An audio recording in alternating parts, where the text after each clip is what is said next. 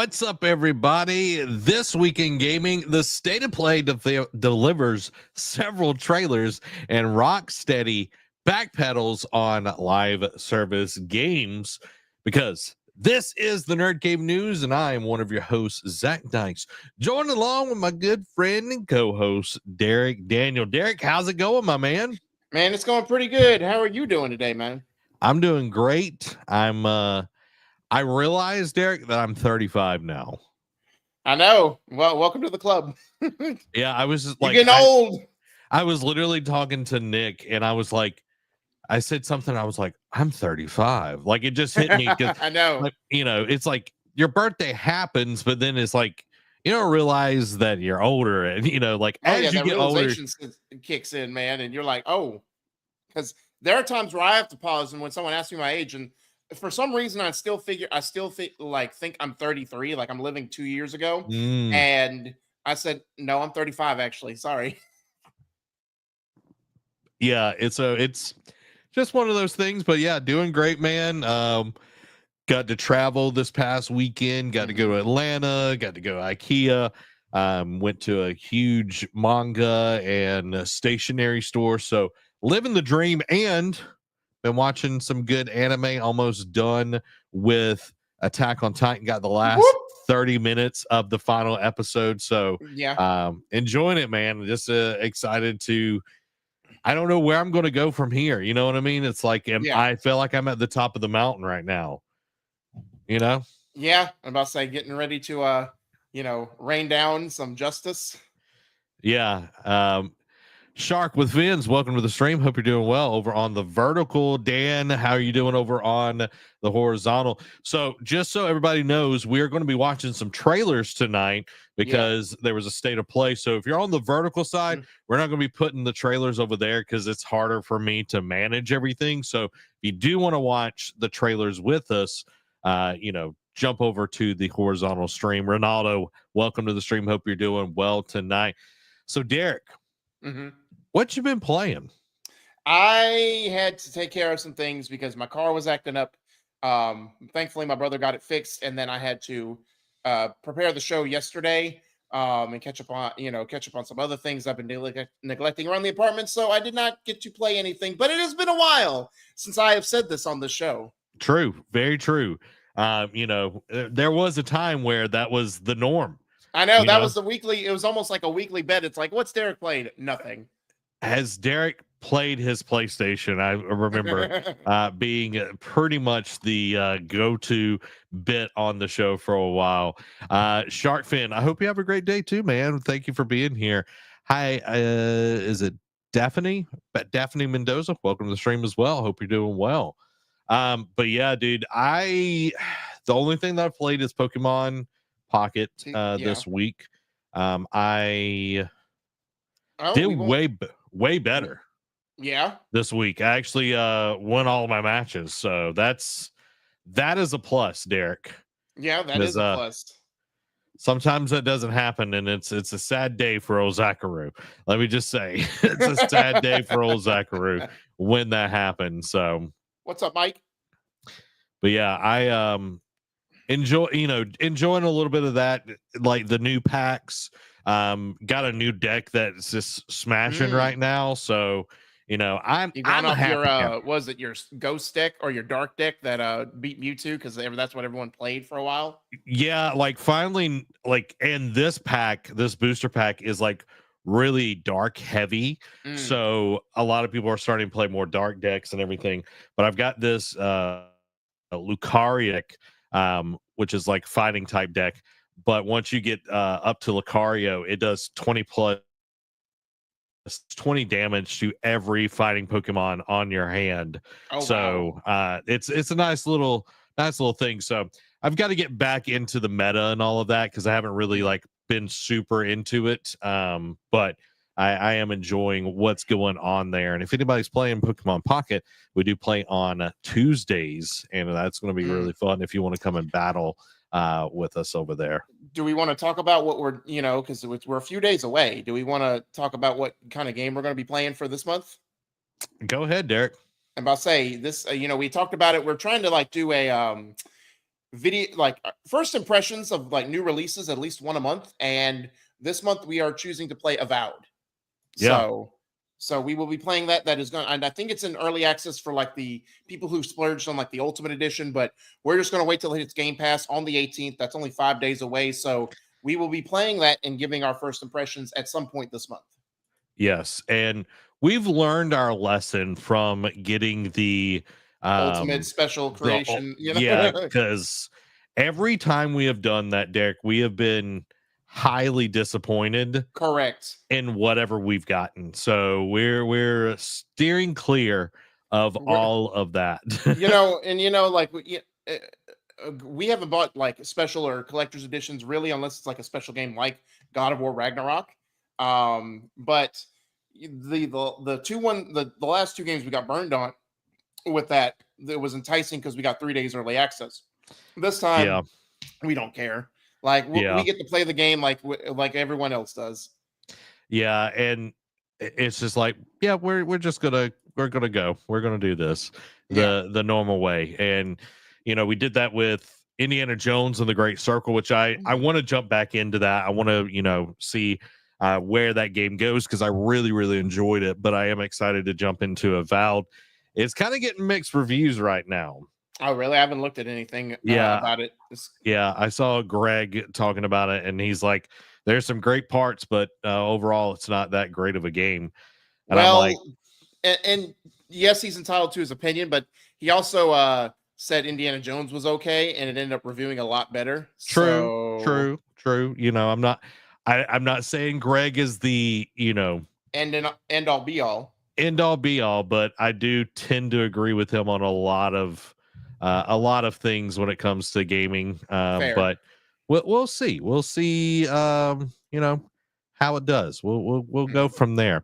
But guys, we're going to jump into the gaming discussion this week. We want to hear your thoughts. We want to hear your opinions as we go through these. And when we get to the trailers, of course, if you're watching on the vertical, you definitely want to go jump over on the horizontal stream to watch those. But first up on the gaming discussion this week, Rocksteady reportedly working on a single-player Batman game. What? And Monolith Productions Wonder Woman game is in trouble. So Warner Brothers Games is in a rough shape, and that's putting it mildly. And a new report from Bloomberg's Jason Schreier sheds light on the turmoil behind the scenes while giving an update on what's next for its developers. The company has had a disastrous year, starting with Suicide Squad: Kill the Justice League flopping hard, followed by the underwhelming launch of Multiverses. These failures hit Warner Brothers Discovery's bottom line hard. Suicide Squad alone cost them $200 million, and Multiverses added another $100 million in losses. Their only other recent release, Harry Potter Quidditch Champions, barely made a dent. During a financial call, WB Discovery CEO David Zaslav acknowledged that their gaming division is, quote, substantially underperforming. Since then, Suicide Squad's live service content has wrapped up with delivery of its year one roadmap. Multiverses is shutting down, and Rocksteady has suffered major layoffs. As for what's next, Zaslav made it clear that Warner Brothers is narrowing its focus to just 4 core franchises: Hogwarts Legacy, which a sequel is already in development, Mortal Kombat, Game of Thrones, and DC, especially Batman. Quote, we are focusing our development efforts on those core franchises with proven studios to improve our success ratio, he said. But don't expect to see results anytime soon. Monolith's Wonder Woman game is reportedly in trouble, having rebooted development and changed directors last year. It's already racked up over $100 million in costs and is still years away. The game's original vision, featuring a Shadow of Mordor-style nemesis system where Wonder Woman befriends enemies, has been scrapped in favor of a more traditional action-adventure approach. Bloomberg reports its future is uncertain. Meanwhile, WB Montreal, which the last game they did was Gotham Knights, pitched a John Constantine game that was never approved and planned a Flash game that was canned after the DCU film bombed. The studio is now helping out with other projects and working on a Game of Thrones pitch. Avalanche, the team behind Hogwarts Legacy, is officially working on new content for the game as well as a sequel. As for Rocksteady, Bloomberg reports the studio is looking to return to Batman with a new single-player game, but is years away. In the short term, WB Games is leaning on a refreshed version of Hogwarts Legacy, a new LEGO game, and a handful of mobile games to fill the gaps over the next couple of years. No word yet on what NetherRealm has planned beyond Mortal Kombat 1's DLC. So, So let's this WB is now becoming the next Ubisoft. It feels like they're in kind of turmoil. Like, yes, they're not really in a financial crisis per se as Ubisoft, but it sounds like they're getting there with pretty much like $400 million in costs that they are not going to recoup between Suicide Squad, Multiverses, and reportedly Wonder Woman.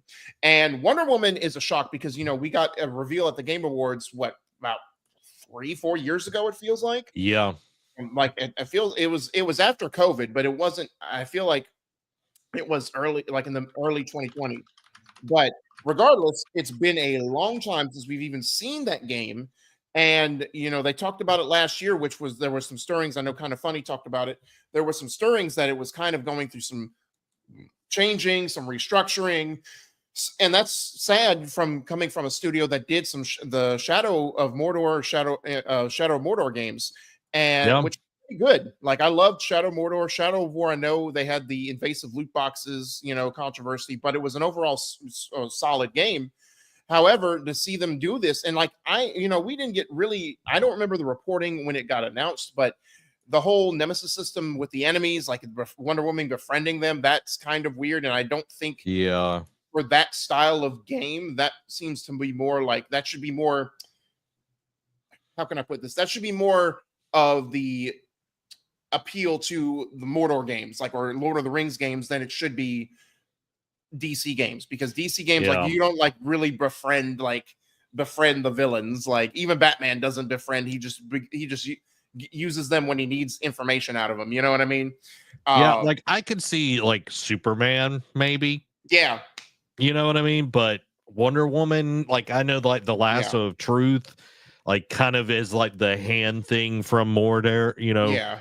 But I don't know. This makes me think, and it was 2021 when it got announced. I just looked it up. I figured. So that's 4 years ago. That's a long time and it's still years away, according to the report.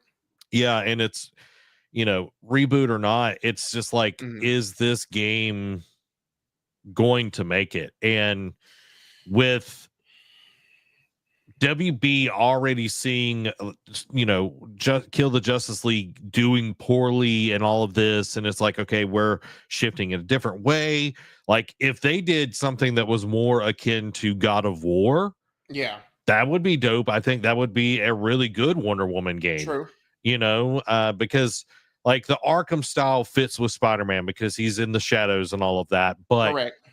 With Wonder Woman, she's not about subtlety. She's, fighting, and like there's the Greek god thing. I think the God of War route works the best with her, and True. being able to, like, she does fly, so I don't know how they would go about dealing with that superpower necessarily, but I do think it can be a really good game.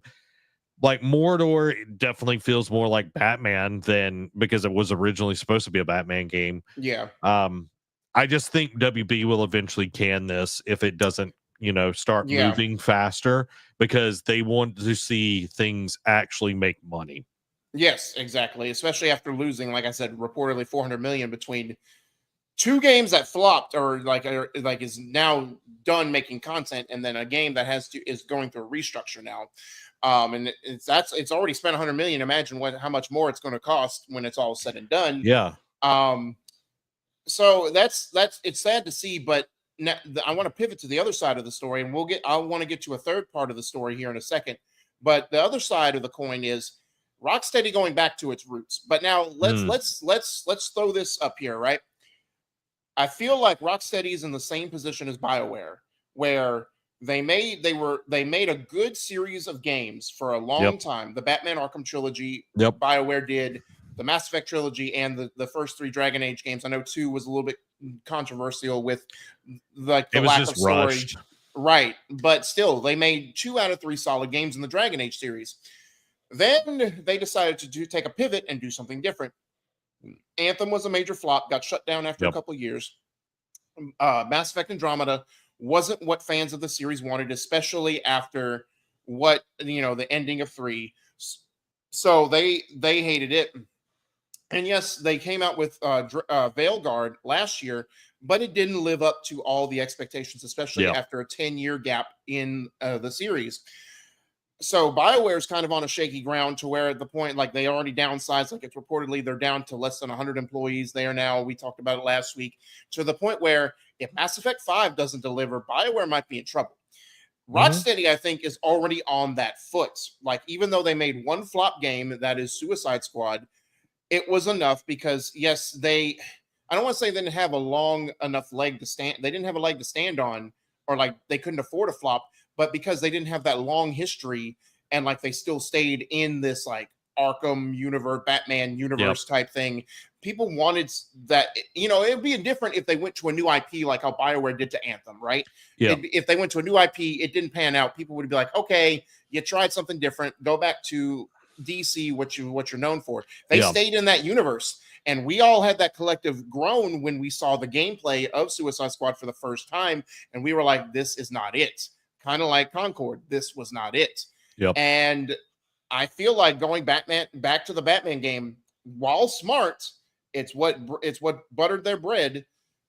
They have one shot. If they flop with this one, people will lose all. I'm not saying they'll close the studio, but they'll do a BioWare. They'll downsize it heavily, and people will lose any goodwill it had gained from, because up until Suicide Squad, we hadn't gotten an arc. Like, yes, we got WB Montreal making Batman games, but and they're Gotham not. Knights.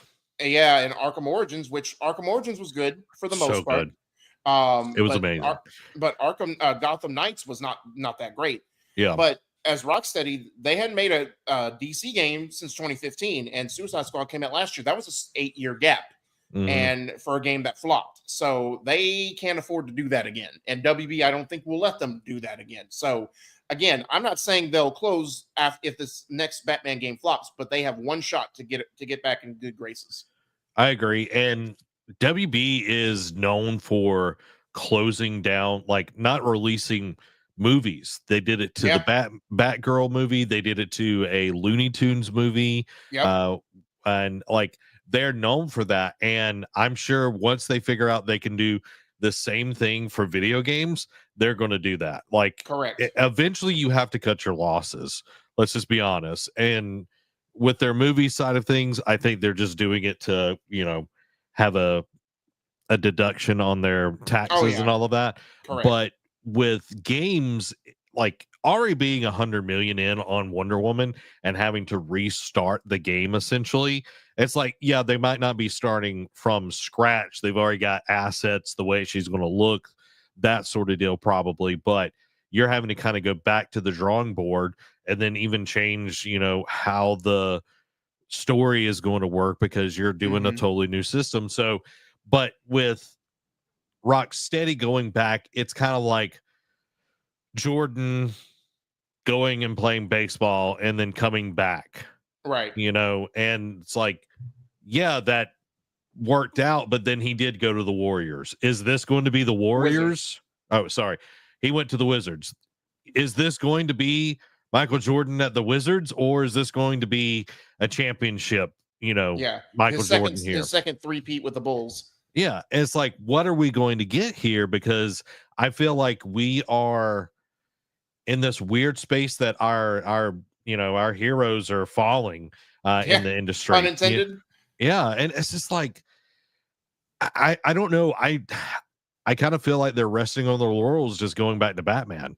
Yeah, I think they're going back to their comfort food, what people know them for, and what they know how to do.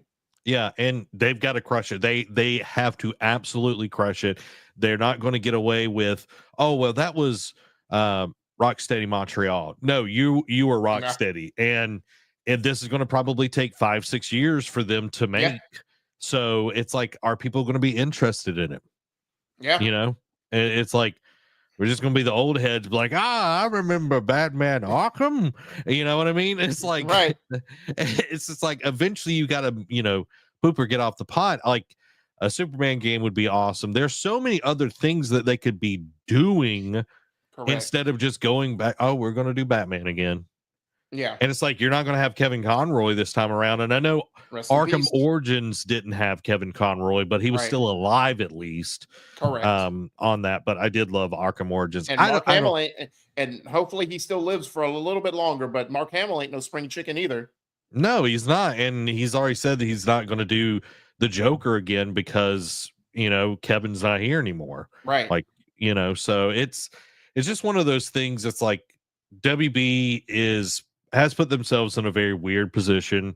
And it's like, oh, we're only going to focus on these IPs. It's like, you've got super strong IPs, but you got to put them in a video game setting that actually works.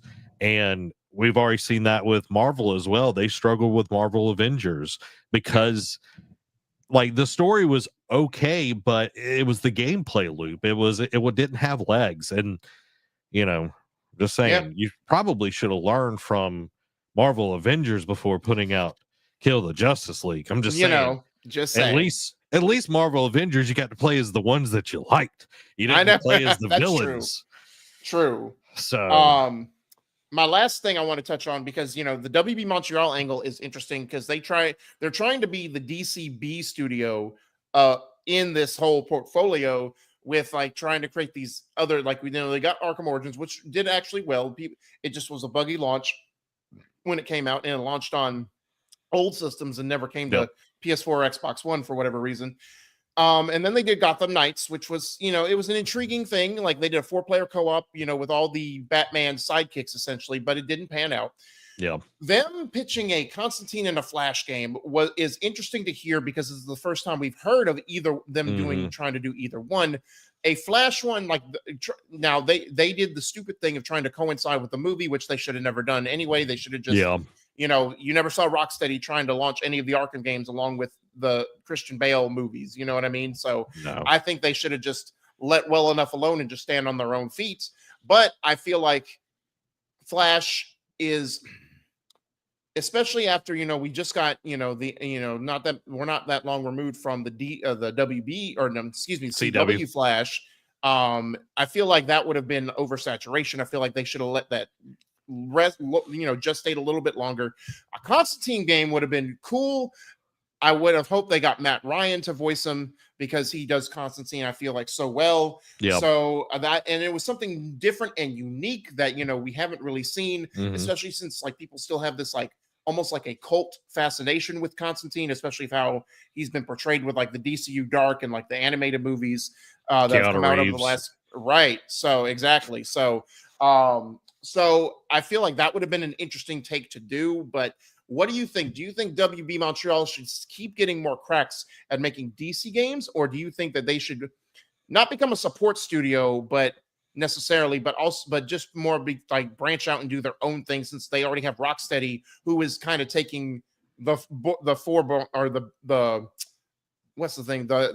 heavy load of DC games. Yeah, I'm fine with them being like the the bench essentially of the team, coming in to refresh things, while the other players are getting a breather. I'm over here on my basketball kick right now, apparently. But the way I would do it is I would pick characters that make sense. Yes, Arkham Origins, I keep touting it. It's great. The story is amazing. The acting was great, even though it was, different actors playing those parts. I think it was awesome. And the twists and turns with the stories, which is just amazing. I would go with something that is not, I would go with like Doom Patrol, or I'd go with like the Teen Titans. I would do something that is not necessarily the A-listers. Peacemaker, I would go maybe because coming off the heat of the show. Yeah, you could do Peacemaker. You could do a lot of cool things with the characters there. You could do Blue Beetle if you really wanted to. Yeah. A Green Lantern game would be amazing. I think the imaginative part of that would be really, really cool. And like a Flash game, I think would be awesome. I think it is going to be kind of harder to do a Flash game. I get that, but trying to tie that to Ezra Miller and all of his issues going into all of that, like that was doomed to fail. Let's just be honest. That was doomed to fail. But yeah, there's so many different things you could. I think them doing the B side of things would be fine, but they're leaving Lord of the Rings, which I'm assuming Yeah, that's a good because point. I think it's because Monolith. Embracer Group has the Oh, rights to all the games now to make games. that's They true. I bought all forgot about those that. rights. So we're not going to be seeing any of that. I think that's why they're like, oh, it's going to be Game of Thrones, it's going to be this. And the Game of Thrones game that they announced, I can't remember, it was sometime last year, and they Yeah, showed it at Game Awards. Looks like trash. It looks yeah. like a PS3. yeah, it looks like a Bobo version of Shadow of Mordor. Yeah, Like, and that could be an amazing game. You could do RTSs, you could do so many things with Game of Thrones that makes sense. But it's like, oh, how do we get it out fast? How do we let's make it 3 generations behind on graphics and right. gameplay and all of that. And it's just like, let's not, and let's take a little bit time. Let's not be short goal oriented. Let's be long goal oriented, Yeah, and let's get something out there. So I don't know. I think if Montreal wants to be where they could be, I think they need to pick properties that work for yeah, them and stories that work for them. And that's why Origins did so well. correct. So So Mike says, if they do a Flash game, Grant Gustin better be the voice. I agree with that. Grant is my Flash. In all honesty, leave the girl who played Iris though. Like, no, she don't have to come back. Bring back Grant Gustin as the Flash. Man, Mary, she got annoying. She got annoying after a while. One thing I would even say, oh, it just left me. What was it? A Green Arrow game. Like, why can't Montreal make a Green Arrow game? That would be Let's flipping go. amazing, dude. But That would be okay, so good. to be fair, if they did it the way the Arrow show did, it would just be Batman with a bow and arrow. I would do it more like the comic version and everything. Yeah. I think that would be cool. And then you could see like Black Canary come in, and you could do so many cool things. You'd have Speedy there. Like Arsenal. like you could do it in a very interesting way that puts it in its own world. You could even put it in the Arkhamverse, but do it in a way that's like fresh and new. It's not just like Yeah. Green Arrow with in a Batman, or Batman with a Green Arrow skin on it. Yeah. I think that would kind of suck, but doing it in a really interesting way and getting somebody that can be like, because Green Arrow is not like, you filled the city. Like, he's not that in the comics. He's kind of swashbuckling. He's more funny. And has like quips. He's kind of like Peter Parker, Spider-Man, in that kind of way. So I think that would be a dope way to get that out there, that property that people love because of the show. Like Stephen Amell and all the cast over on CW did an amazing job, and people love that show because of that. Me included. So same. Season 2 is still the best. You know what I mean? Season 2, so good.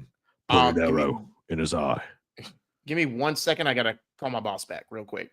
You're good, bro. Go ahead. So, all right, guys. So while Derek waits to hear from his boss, guys, y'all let us know how you're doing down in the comments below, and make sure to subscribe to the NerdCave News on podcast services of your choice and on YouTube. It helps us out a ton to see people engaging and getting to be a part of the show.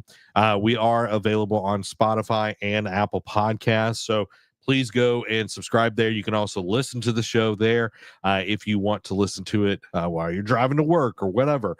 It helps us out a ton. And make sure to leave a review, and that is, of course, a 5-star review, because as Mama says, if you ain't got nothing to say, ain't got nothing nice to say, don't say nothing at all. So before we jump into the state of play, something that happened very interestingly over the weekend was the PlayStation Network going down. This was a huge part of people's concern, because the last time this happened was like in 2011 when it went down for multiple days, and it was down from like Friday night all the way to the beginning of this week. And that's huge because this is a very large infrastructure for it to go down. And Sony is being very, very quiet on what happened. They're saying it was, small issues or whatever. But the last time around, a lot of information got leaked, customer information and everything. So I'm curious to see when we're going to get more details on this. Is this something that we should be concerned about? All that kind of stuff. So it's just, I feel like we're not getting the full story, and I don't think they fully know what's going on either. But we'll have to see down the road what is going to come out on it, if they're going to be, forthright on everything and be, transparent, which most companies aren't transparent. Amy says over on the horizontal stream, I love your unfiltered takes on stuff. Well, thank you. I'm glad the unfiltered takes are serving somebody on this. So guys, if you haven't already, go ahead, hit the like button. Make sure that you share the stream with somebody that you love, that you appreciate, all that good stuff. We are going to be playing Avowed this month. It comes out literally tomorrow, will be 8 days from, or 4 days from now. So I am looking forward to that. One quick, before Derek comes back on, this is from IGN. I can share this with y'all. We'll do a little reading while Derek is out and about. So this is from IGN. Ubisoft insists Assassin's Creed Shadows pre-orders are tracking solidly in line with Odyssey. I highly flipping doubt that. I feel like they are trying their best to just make this thing get out and not die. So Ubisoft this is Ryan Dinsdale. Ubisoft has insisted that it is upcoming open world adventure Assassin's Creed Shadows has a strong number of pre-orders despite its troubled development and promotional period, because they've literally pushed the game several times. The struggling publisher said its latest financial report that pre-orders for the game are tracking solidly in line with those of Assassin's Creed Odyssey, the second most successful entry of the franchise. Ubisoft CEO Yves Guillemot maintained this confidence, saying the company is currently fully focused on the upcoming launch of Assassin's Creed Shadow on March 20th. Early previews have been positive, praising its narrative and immersive experience, with both characters playing critical roles in the game's storyline, as well as the quality and complementarity of the gameplay provided the dual protagonist approach. I think that's going to be a huge part, because the last time that I remember we had a dual protagonist was Syndicate, and it didn't feel like it really did that. That's one of the reasons why I stopped playing it. I want to commend the incredible talent and dedication of the entire Assassin's Creed team, who is working tirelessly to ensure that Shadows delivers on the promise of what is the franchise's most ambitious entry yet. I feel like we should have got this game years ago. It's something that we've been clamoring for because it's the period of time, and now I'm just kind of like, do I really want to play this? I've got Ghost of Tsushima, fixing to get Ghost of Yote probably sometime this year. So it's like, is Assassin's Creed Shadow, does it got the juice? Is it worth the squeeze? You know what I mean? Is it worth the squeeze? I think that's something really important to think about. Is it worth the money that you got to lay down to play this? Because the game originally was supposed to come out in November. It's saying right here. And then they bumped it to February, and then canceled the season pass that they were going to have, and then pushed it to March. But I think this is a huger thing than people realize, because Ubisoft, they need this to be successful. They need this to be something that actually does well. So only time will tell. The current release date, of course, is March 20th. So we will have to see next month. Does Assassin's Creed Shadows actually live up to this? Is it actually tracking? Does it sell well or not? Only time will tell. And now we have Derek back on the line. Let's get Derek back here. What's up? Sorry about that. So You're good, he just, bro. so he's my boss is doing an overnight, so he just wanted to touch base on where everything was. You're good, bro. We're good. So We're good. excuse Just me. talking about Assassin's Creed Shadows. So And how it'll seeing probably if, flop.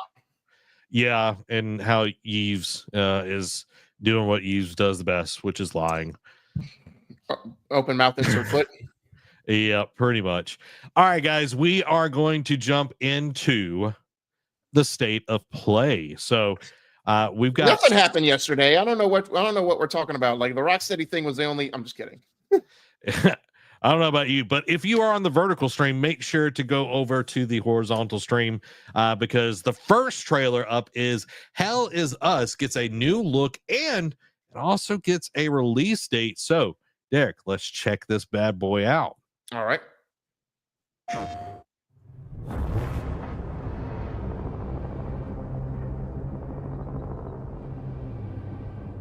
When the fury of emotions sparks the wildfire of violence That's eerie. That's unsettling. and exposes the fragile structure of reality. I'm trying to recognize this voice. I have 1,000 questions. Definitely heard it before. Why did you come back? I stood in the home I was born in. In that moment, I felt a connection. Epsilon 11, sound off. Epsilon 11. They're gone. They did. I know. Next move wisely. I hate them. That bro needs some Ozempic. Hatred and lots of it. Impossible. It's you. Yo, why he look like the Great Value Todd Howard? Continue. We've begun to uncover.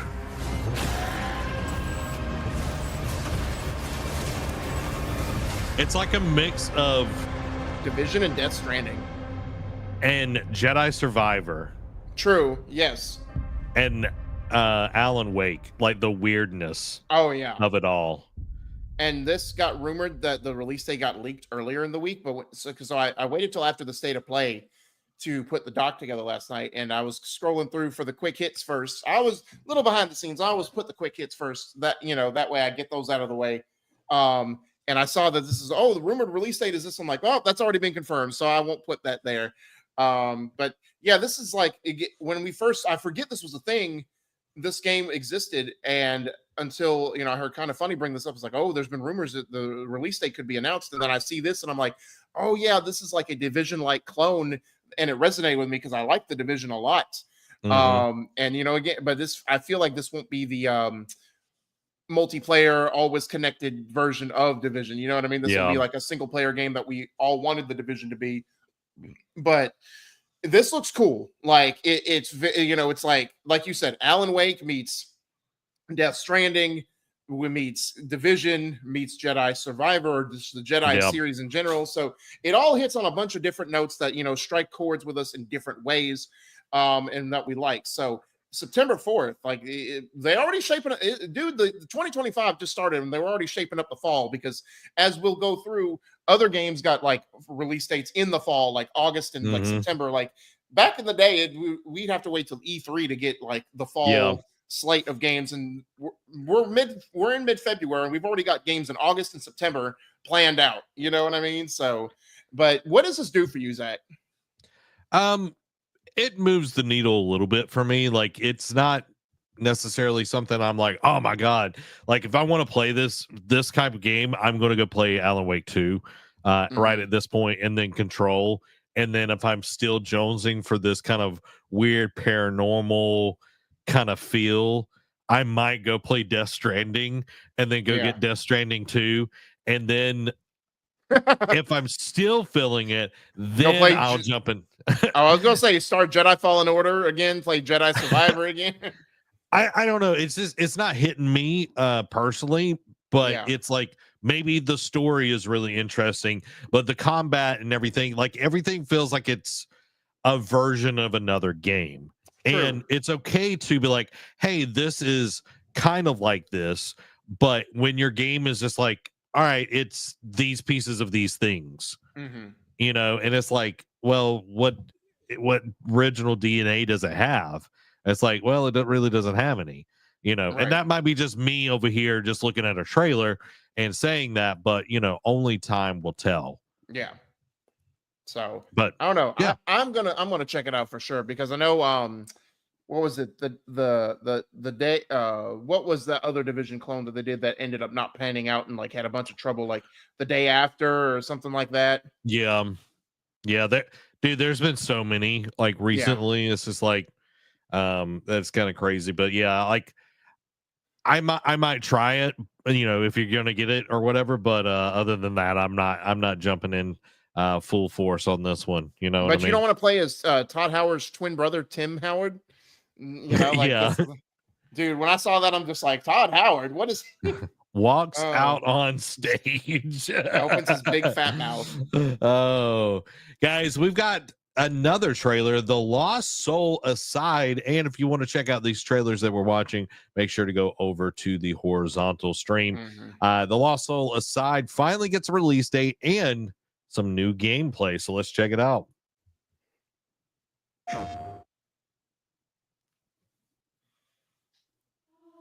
I do like that logo, kind of giving me like I know. 90s anime. Dream. A horrible dream where monsters invade our world. A Is that, powerful being falls from the sky. Tempest, And when it seems they might vanquish the invaders, the dragon that Oh, Rimuru. Beldora. the Yeah. dream ends. That slime, yeah. Yeah. Is this Not- really not- just not a the same. dream? My only hope lies with you.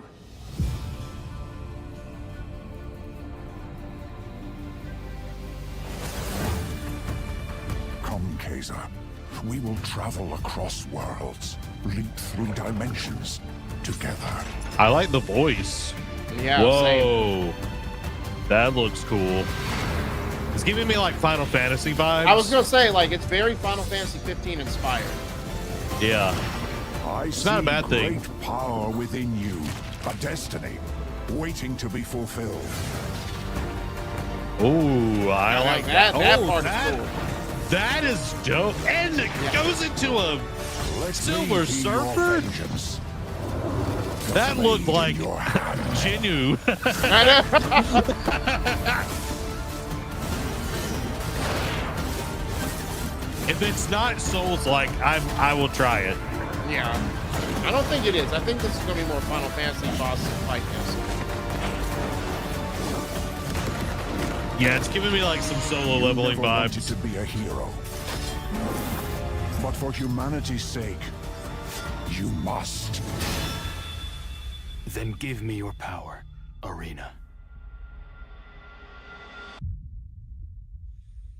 Okay, that tickled a little bit. You know what I mean? And it's coming out May 30th. The unfortunate play, because spoiling one of the quick hits, Elden Ring Night Rain got a release date of May 30th as well. So this coming out the same day as Night Rain is not great, but you know, again, the combat is what, like, all the different abilities, the cool kaiju fights, it looks like, you know, like it definitely struck a chord with me.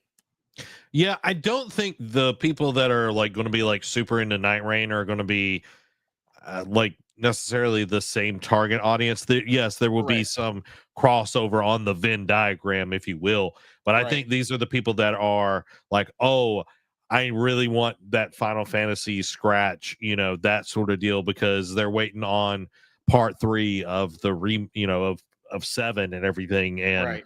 it's like, all right, I've played Final Fantasy 16. I've played Remake and Rebirth, and it's like I just need something. And this one looks pretty dope. Like, Yeah. the traversal gives me kind of like cooler Forspoken vibes, True. which I do feel like Forspoken had a really cool looking traversal system.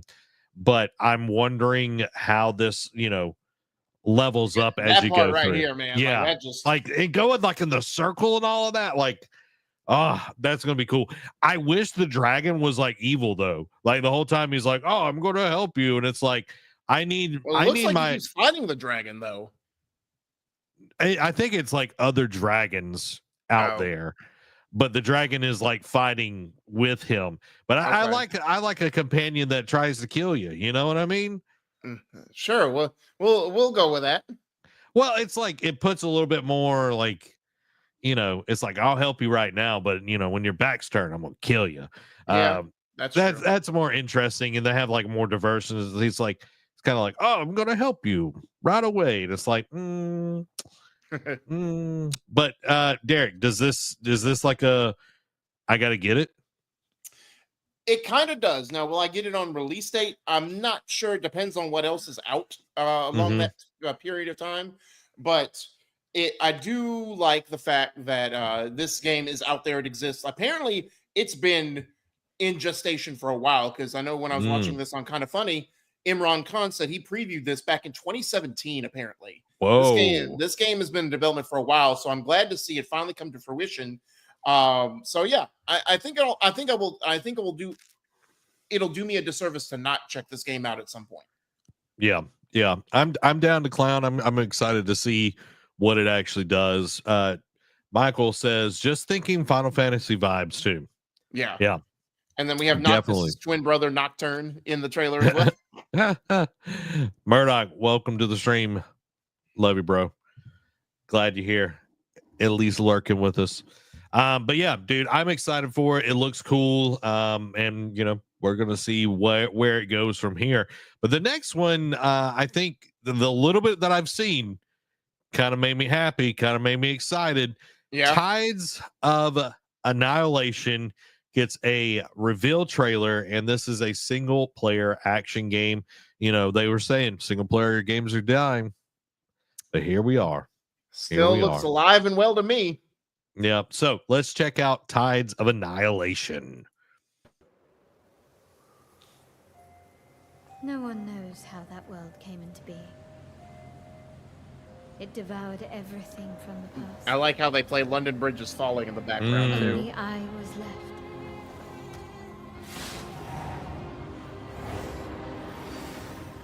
Oh, that's cool. That was a fatal mistake. Ooh. We got us a baddie. I'm kind of getting some Souls-like though. Yeah, I'll say when I watch this, like when you see some of the gameplay here in a minute, it'll definitely feel more Souls-like. Oh boy, dude, that looks so dope. It does. But wishes come at a price. To pursue one's wishes. Yeah, that definitely feels Souls-like right there. Or if nothing else, Shadow of the Colossus. Yeah. It also kind of gives me like Nier Automata. Yes, I agree with that one too. That's a little bit faster than what I was thinking. Yeah. Wait for like stuff like this. This is a feast only for the king. This is like the Knights of the Round Table. Oh yeah. Gwendolyn, this is your final warning. But yeah, these boss fights feel very Souls-esque to me. Yeah, to a degree, I can see that. My quarrel lies not with you, but I will take back everything that belongs to me. Even if the price is my soul. All right.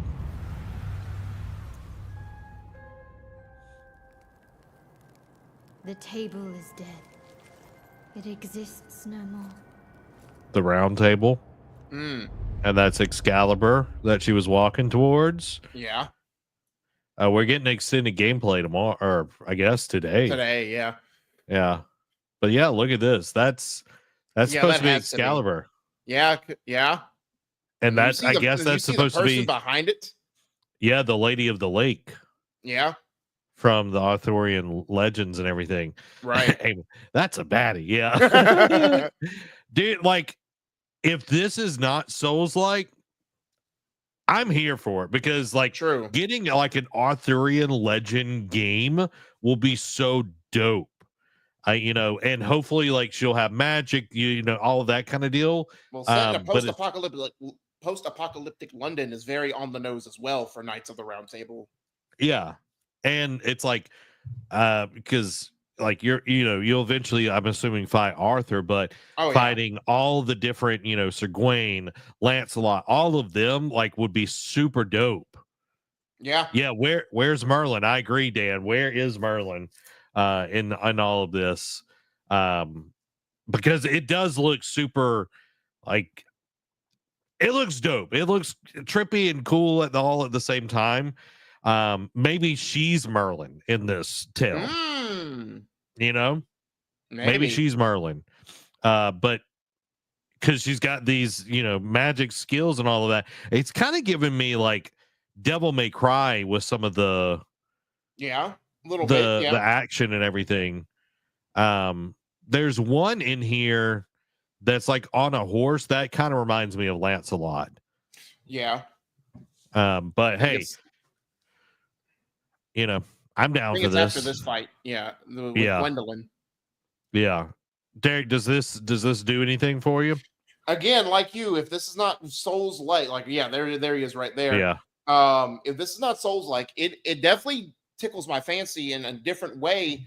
Like you said, because of all, like, again, like, we don't really get these type of, like, yes, this is more of like a fantasy RPG. I know we get games like Kingdom Come Deliverance, which is selling really well, but we don't really get medieval games based on the Knights of the Round Table, So this was, and having this be a different take of that lore and that story is very intriguing, especially when you have Colossi, like you see in the end of the trailer here, and like you see throughout the trailer, that these giant creatures, she's just climbing and scaling and moving around. So I'll see if that's more of like, if those are boss fights or those are just creatures that are there to help you along your way. I don't know. Probably a little both.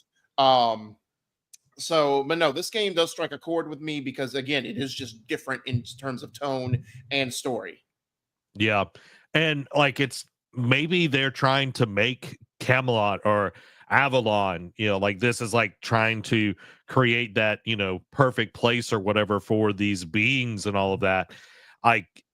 And maybe that's some sort of water fairy, which is, part of like I'm over here just like throwing out like Arthur kind of stuff.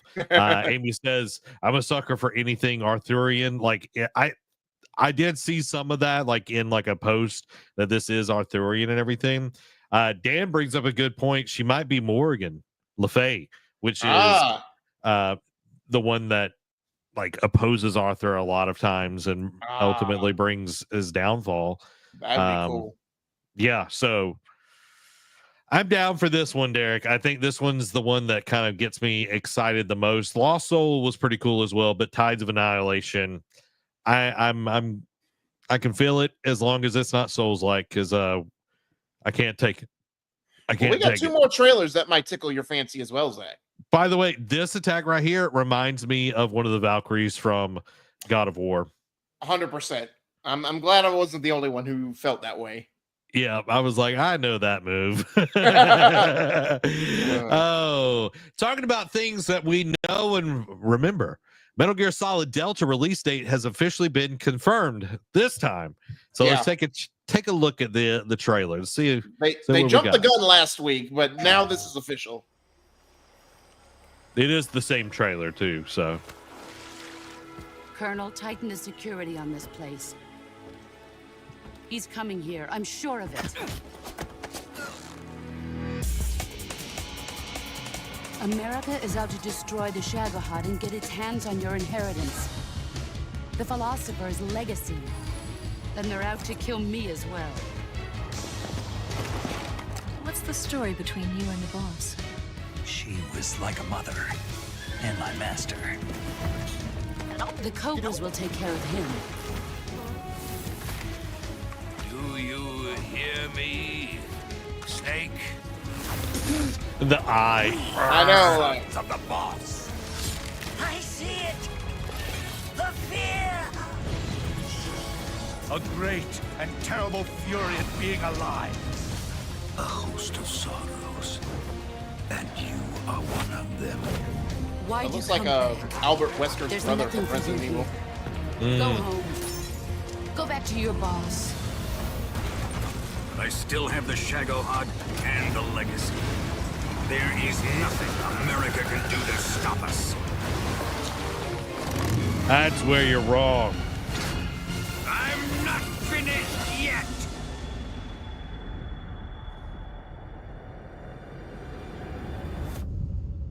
Boom. Yeah, August 28th, which again they unveiled it last week. And again, like here's the little Ape Escape tease they're crossing over with. Which was in the original game. Right. And everything. Dude, looks great. You know what I mean? It does.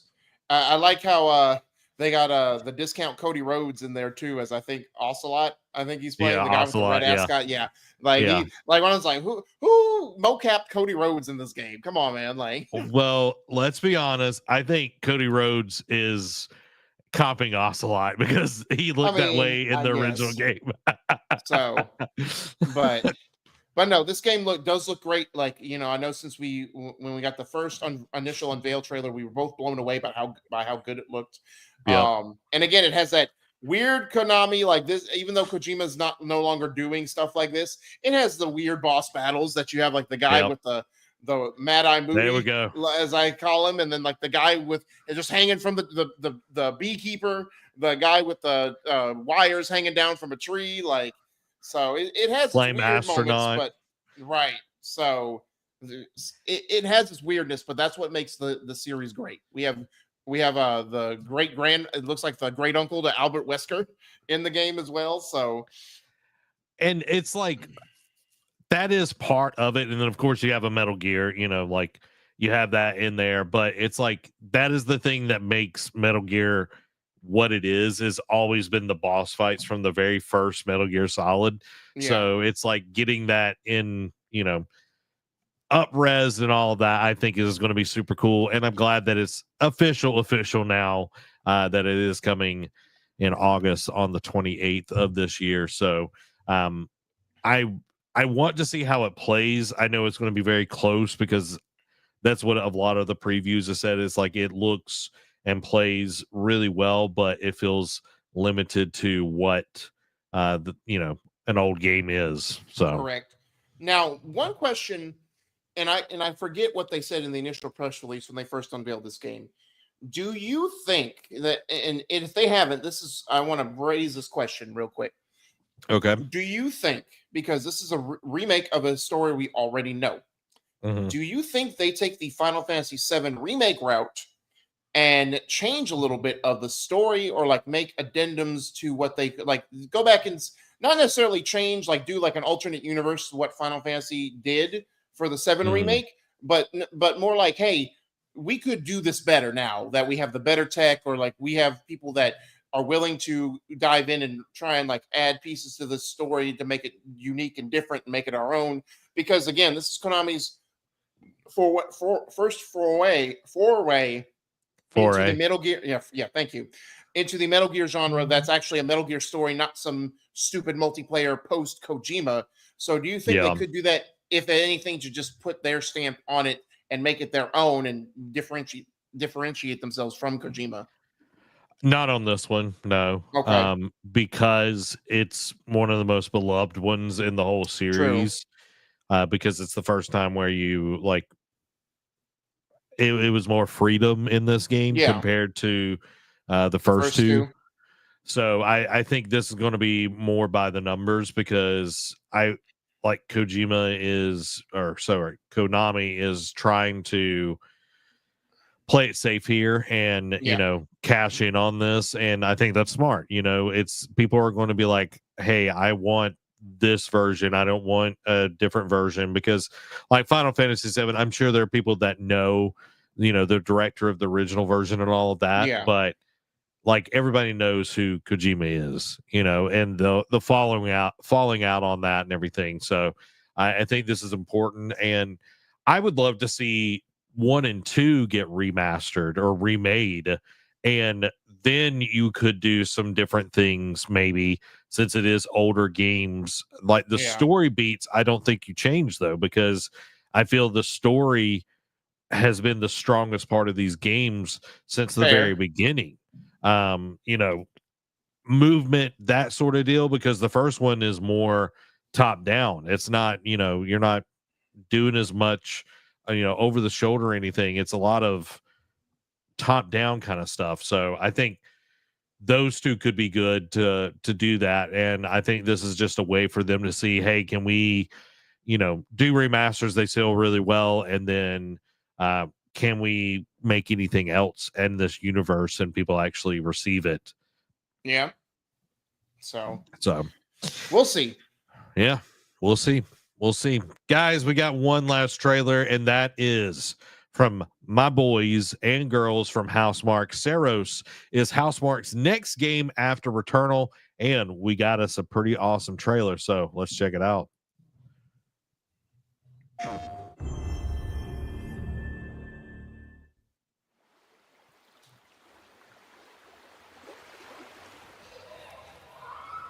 It always comes back to this.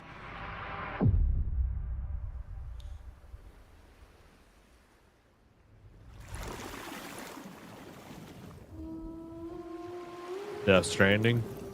Gonna be a baby on the beach. Yeah.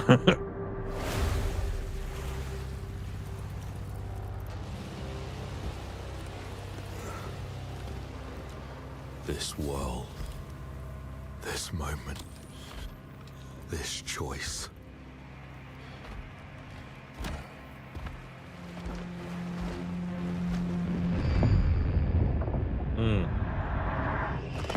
Is this going to be a loop game? The same as Every Returnal? time the sun dies, Yeah. Because madness reigns. Oh. Then everything begins again. Okay, that answers the question. Yeah. When he said it always starts here, I was like, yeah, that's a loop.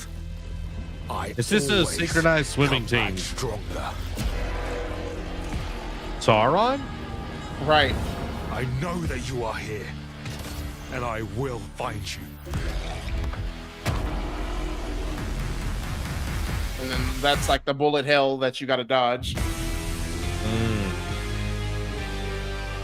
I do like the logo. It's very like 80s sci-fi. Correct. Logo. 30th anniversary. Let's go.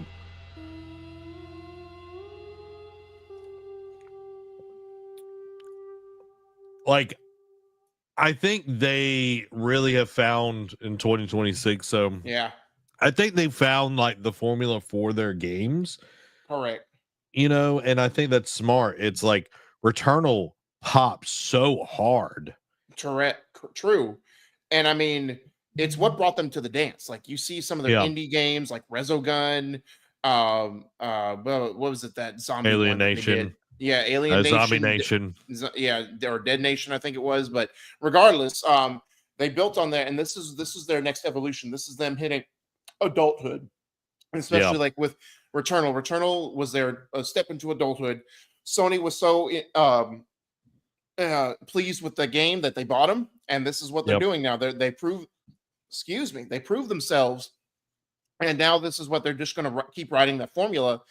I'd like to see how it's going to stand out this time because again, like the whole loop, and I don't know if you caught that's Raul Coley, who is the main That's character. who I thought it was, but I wasn't 1,000% sure. I was like, looks like Raul, but I didn't want to be like, oh, that looks like Raul, and it not be him. But it was confirmed to be Raul after the trailer. So okay, after the state of play ended, because this was their one last thing, and going off on a sidebar here, I think this is going to be how Sony does their unveiling. Like, of course, if they do a PlayStation showcase, where they do a bunch of first party unveiling, it'll be totally different. But I think this, because we've seen that the last three, this one included, the last three big conferences or like showcases or like showings, they've ended with a first party studio. Like the last state of play we got in September ended with a Ghost of Yote reveal. Game Awards ended with Intergalactic: The Heretic Prophet, which was Naughty Dog's next game at the Game Awards. And now you have this one ending this state of play with Housemarque. And I was thinking when I saw the PlayStation Studios logo, I'm like, oh, who are we going to see? Is this going to be another look at Yote? Is this going to be Wolverine look? And then I was like, is this a totally different game? And at first I thought when you see the look of it, and you pick up the weapon, like the suit, I'm like, is this going to be a Returnal sequel? And it's not, but you can see the DNA of Returnal in this game for sure. and just any of like their previous games as well. But I forgot that Housemarque. I didn't forget Housemarque was a thing, but I didn't realize that it's been. I think Returnal came out in 2022.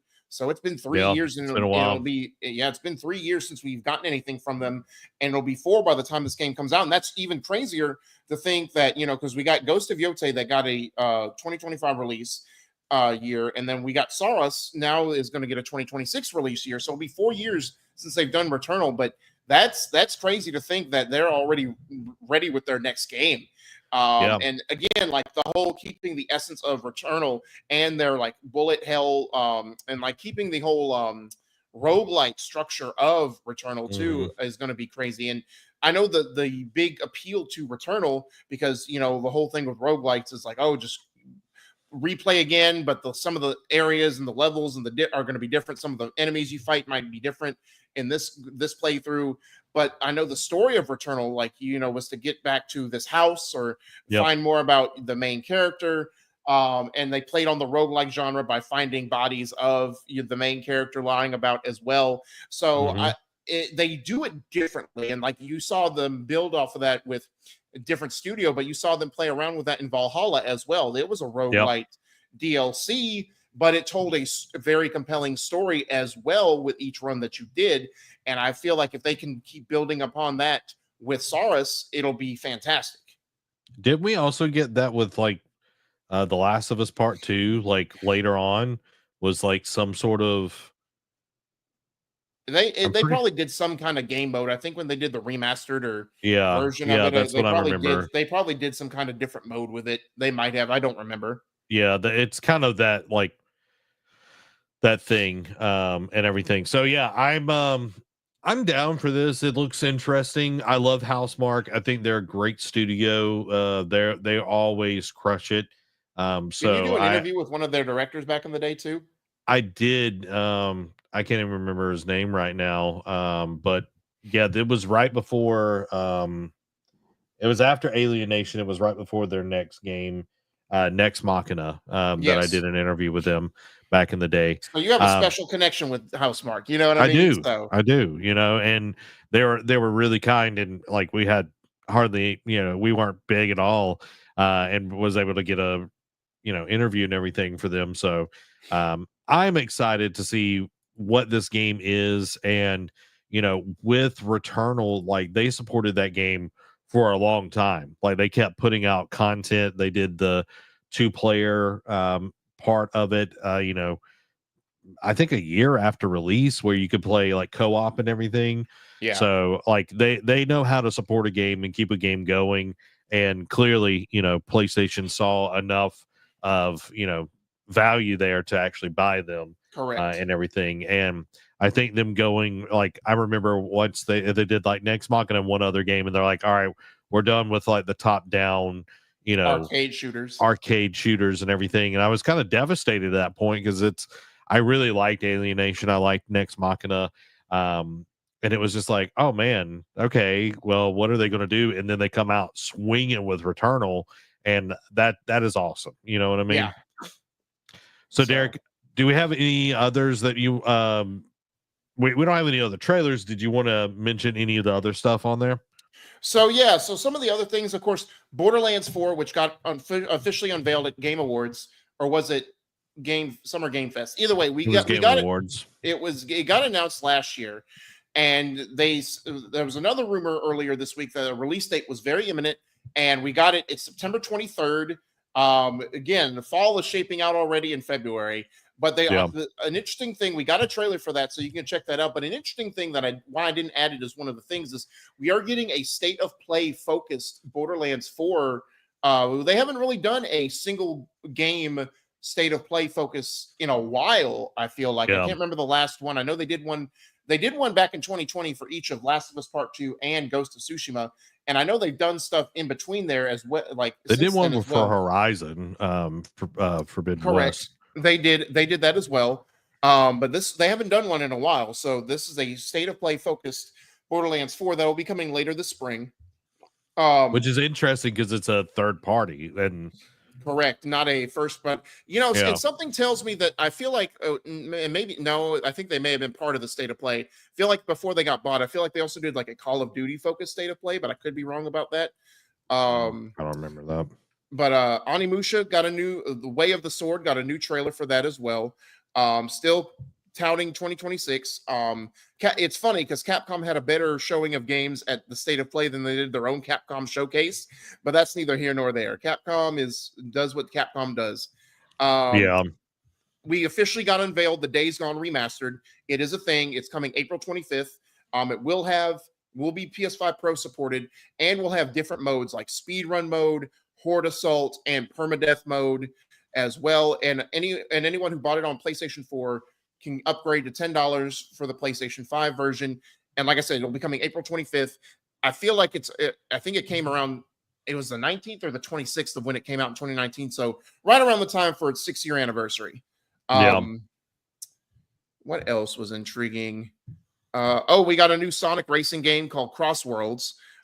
They're taking a new liberty with it. It is coming sometime this year. But it is taking new liberty, like they're doing the movie take where like the rings open up to new worlds. So they're kind of melding the movie universe with the games universe together a little bit. But it is a new Sonic racer game coming out. Another one for you, Zach, that you might strike your fancy. Liza P. Overture, which is a prequel DLC expansion for Liza P. to be set this summer. Yeah, that's exciting. So I thought this was going to be a sequel. Then they said Overture. The way they was worded, I'm like, oh, maybe this is like a Miles Morales, like a smaller thing, and it ends up being a DLC expansion. But it being a prequel is even more intriguing because it's like, okay, what are you going to tell before the events of the game?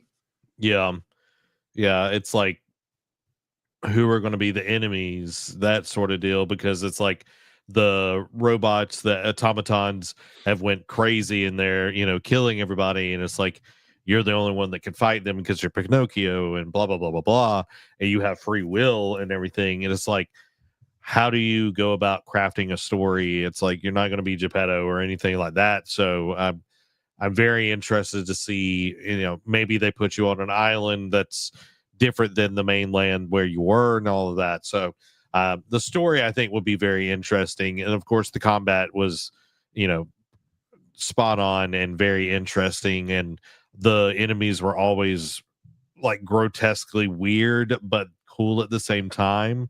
Yeah. So, I'm down for that one. Another developer we haven't heard from in a while, Supermassive Games, has come out of the shadows with their next Dark Pictures anthology. I think this is their season 2 of a series of games, because it's called Directive 8020. And it's coming, and again, we're getting an October release date in February. It is coming October 2nd. It is crazy, but it's Directive 8020, and then it said a Dark Pictures anthology. So they're bringing that back. I know it's been some time. We got The Devil in Me was their last one, and they said that was the end of season 1 of that series for a while. And I know they've done some things in between, such as like, I think, The Quarry. I think they did another game which was based in the Dead by Daylight universe. But this coming back, and it's on a space station. I thought it was like an Alien type of game at first, which it kind of is, but it's more of like mutant alien strain type thing. So it looked intriguing. Hopefully it captures hopefully Supermassive gets back to their original roots, and not like when they were just pumping out the Dark Pictures like every 6 to 10 months and it being bad. What else? Split Fiction got a new trailer as well, which I'm pretty excited about. I think that's something that Amy and I are going to play probably off stream, but taking both fantasy and sci-fi, and like it being based off of like writers, like, one's a sci-fi writer, one's a fiction writer, and like they get put into each other's worlds and all of that. I think that's going to be really, really interesting. Yeah. And that's pretty, they announced like at least 20 different things at the State of Play, but that's pretty much all the highlights. You can go check out, I did post a thing about everything announced at the State of Play this morning, so you can go check that out to see what all else got announced. But yeah, that is pretty much the highlights of the State of Play. And like I said, it's a pretty solid, like I'm watching it live since I was off yesterday. It was a pretty solid State of Play. I don't want to say it's great, because it did end strongly, but it had a lot more things that hit with me than didn't hit. You know what I mean? Yeah. Bo's got an interesting question. He asked, what was the worst game of this state of play in your opinions? Ooh. I feel like Days Gone. you're just don't be that way. It's just getting remastered. I kid. It's only because of the director that we normally don't talk about it. I know. I honestly feel like Metal Eden. It's like an adrenaline rush sci-fi FPS. It's coming May 6th, but it just felt like another first-person shooter live-action game. Like, and which is funny because we got Split the next season or the next iteration of it Splitgate 2 or whatever the sequel was. Or I don't know if it's Splitgate 2. Yeah, it's Splitgate 2. Because they talked about that as well. And when they brought this up, like it was later in the show, but I'm just like, are they showing Splitgate again? So it just looks like stuff. It just looks very generic and stuff that we've already seen before.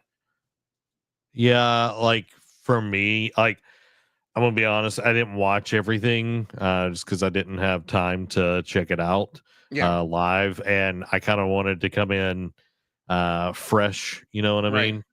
Come in bright-eyed, bushy-tailed. But yeah, I don't really have anything other than Days Gone. Another one that I will say that didn't really knock Borderlands my socks 4 off as well. That didn't really knock my socks off was, where was it? Is it Shinobi? No, Shinobi actually didn't look bad. Actually, I was actually kind of. I mean, again, it's an indie game. Like, there's so many. Like, I know you always got to be careful with some indie games, but it actually looked impressive.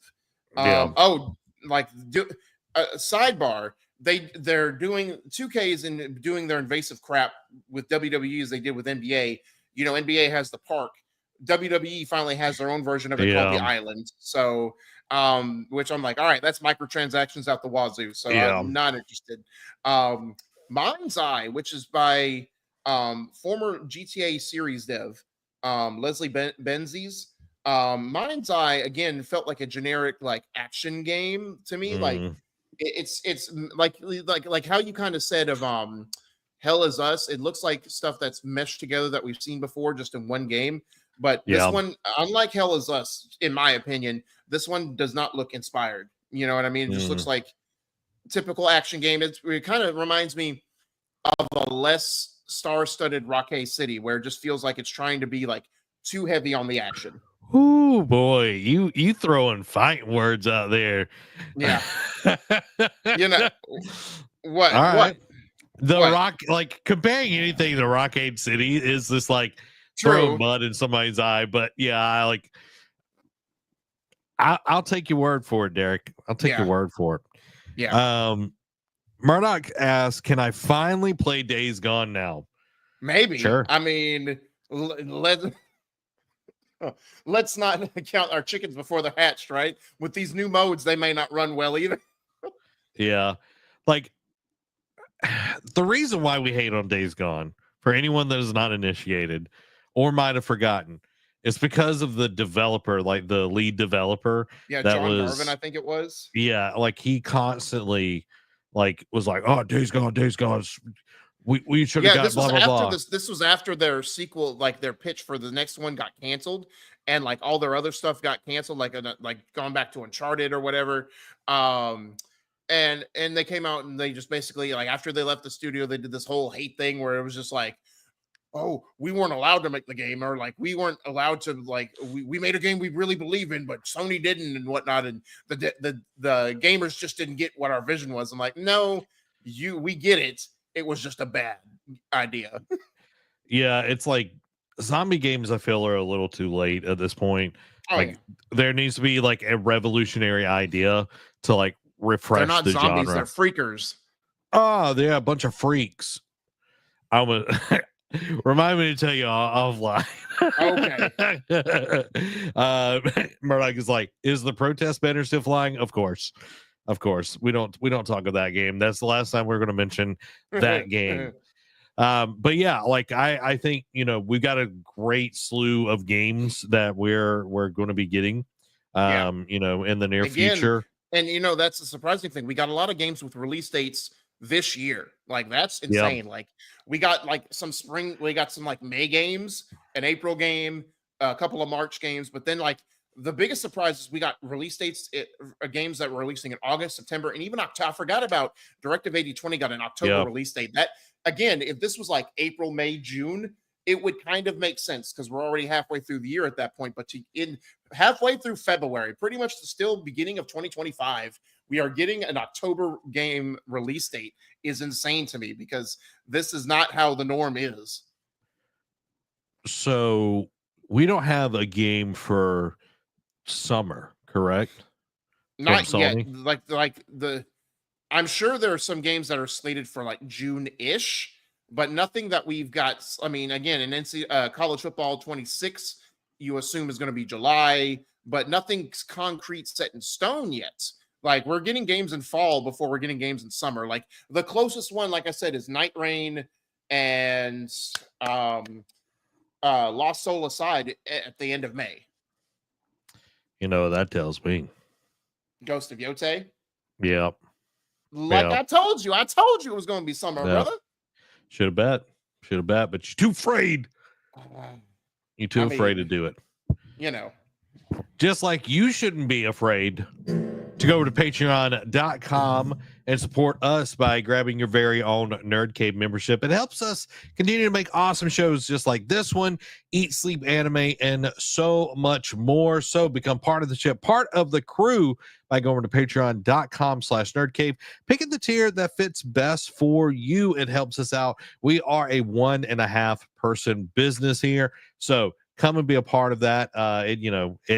It supports us in more ways than you know. And if you don't have any bucks to toss, that's totally fine as well. We do have a free tier over there that you can join and see some awesome stuff there.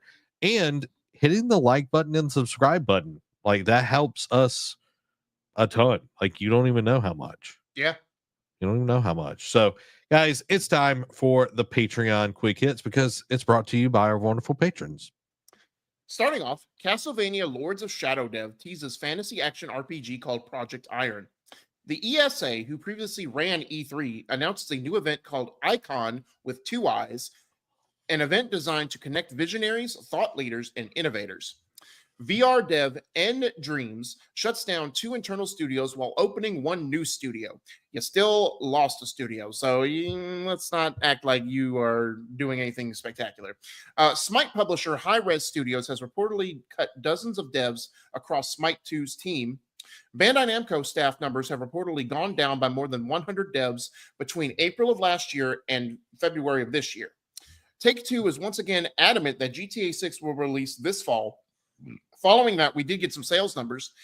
GTA 5 has surpassed 210 million units sold, while Red Dead Redemption 2 has surpassed 70 million units sold. Take-Two's boss says GTA 6 is to cause meaningful uptick in console sales this year amidst falling hardware sales. The CEO of Take-Two says the use of AI could increase employment productivity and not reduce jobs. Sure, for now. Football Manager 25 has been canceled following multiple delays. Mike Laidlaw says he would have quit BioWare had EA mandated the live service elements in games like Dragon Age. Nintendo says it needs to consider the price range that consumers expect for Nintendo products when discussing the price for the Switch 2. Following that, the Switch 2 Joy-Con features confirmed in new patent. Square Enix says Dragon Quest III HD 2D remake has exceeded sales expectations. Yuji Horii confirms Dragon Quest XII team is still working hard on the game. Rumor, new Back to the Future game is in the works. Hogwarts Legacy 2 is in development alongside a reported refreshed version of the original game. The Fortnite Disney universe has reportedly moved to a stable build. New God of War game is reportedly not heading to Egypt after all, but is set in Greece with a young Kratos. I want to hit that later on after I'm done, but put a pin in that for now. Civilization VII data miners discover references to the atomic age, and Firaxis says we're excited for where this is going. Nintendo adding Wario Land 4 to Switch Online library. Resident Evil 5 has been rated for the Xbox Series X and S by the ESRB, so a PS5 port is very likely on the way too. Cold Iron Studios' new game is reportedly due out later this year. Relic Entertainment's future will focus on smaller games and reimagining its classic titles. Ready at Dawn's co-founder talks about what happened with the Order 1886 never getting a sequel. Battlefield dev team is cherry-picking the best elements from previous games for the new title. Sometimes that works, sometimes that doesn't. Assassin's Creed Shadows players who mainly stick as one character aren't missing out, says Director. Marvel Rivals sets February 21st release date for The Thing and Human Torch. Following that, Rivals reverses plans to deliver mid-season rank reset following player backlash.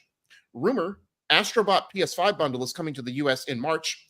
Senua Saga Hellblade 2 is reportedly coming to the PlayStation 5 pretty soon. Series star Walton Goggins says Fallout Season 2 blows the Season 1 out of the water.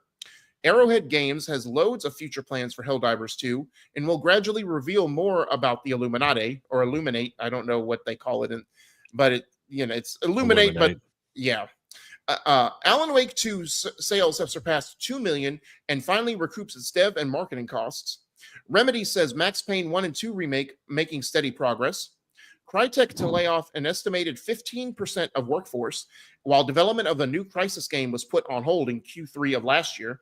Koei Tecmo CEO Yoichi Arakawa is stepping down more than 45 years after forming Koei in 1978.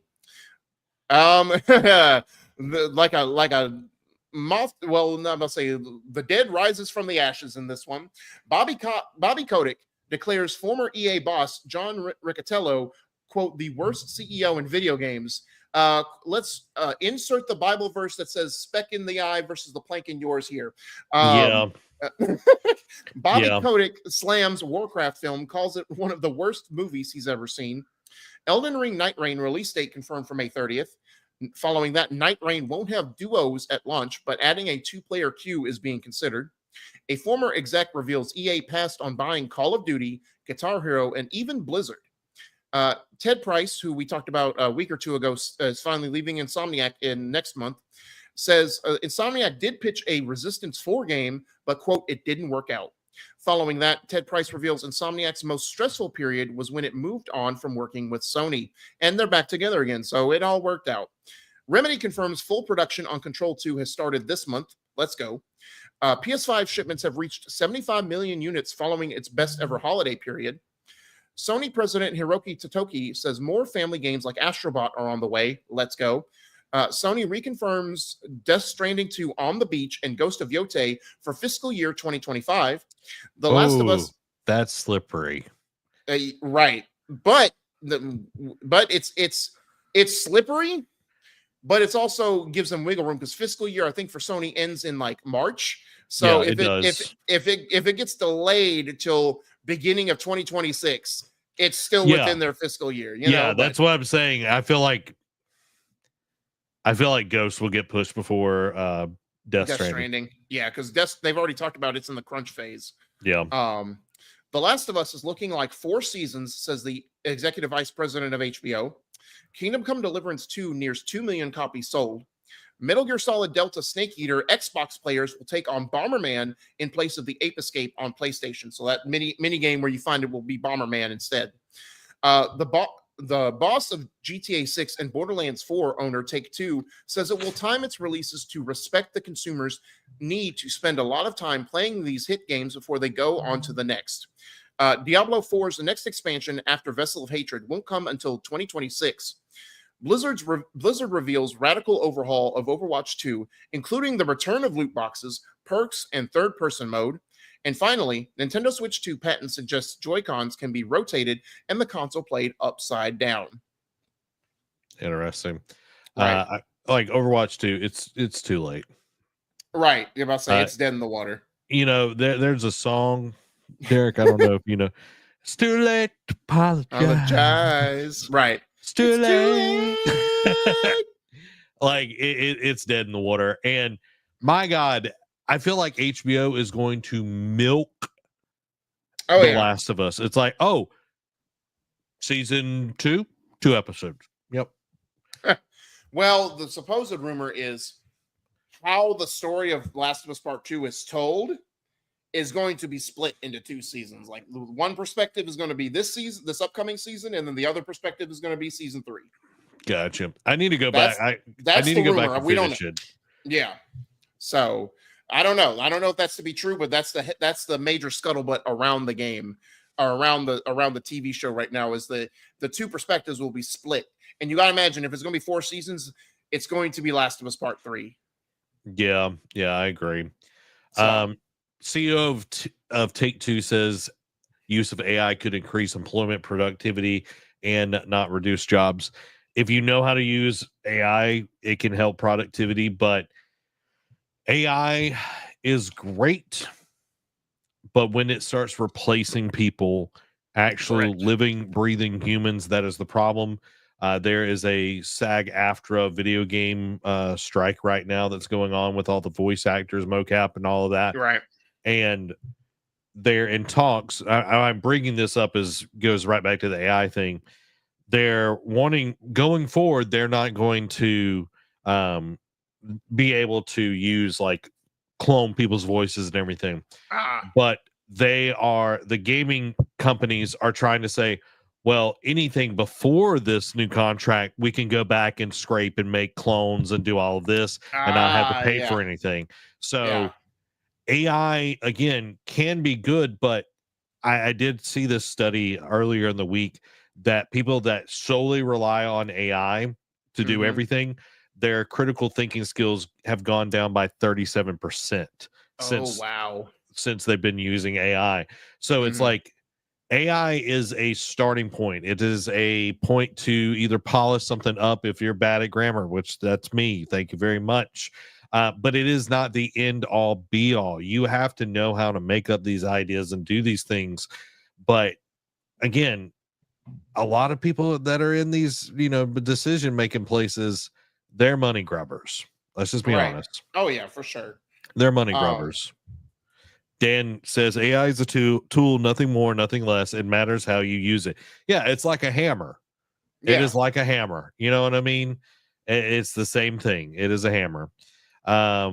Dan also says what they are going to do is release the first 2 episodes and call it part 1, then wait several months for part 2. Talking about Last of Us, which I know is tongue in cheek, but I'm praying they don't do that. Which I do know the episode count for season 2 is going to be somewhat shorter than, like, it's not going to be massively shorter than season 1, but it will be a couple episodes shorter than season 1. So we'll see. Derek, I want to hit the God of War news that you brought up as well. So, we talked about, rumor was last week that it was going to be set in Egypt, which sounded really cool. And now they're doing this. Now the scuttlebutt is it's going to be a prequel before the first game. Here's my thing. If you're going to do this, go back to Greece, make it its own thing. And I had this idea churning in my head this morning, right? So we know, like, we both love God of War, like Ascension aside, like even the PSP ports that they did, Chains of Olympus, Ghost of Sparta were good, especially Ghost of Sparta. But we both know that outside of 3, the story wasn't what brought you there. It was really the combat. Like, yes, the story had its moments mainly in God of War 3. But Kratos, we know, was a one-note character, all about anger, all about, Calliope, that screaming, right? Ares, Zeus, just screaming words, one-word things. He was pretty much Soldier Boy. You know what I mean? Yeah, you. Jeez.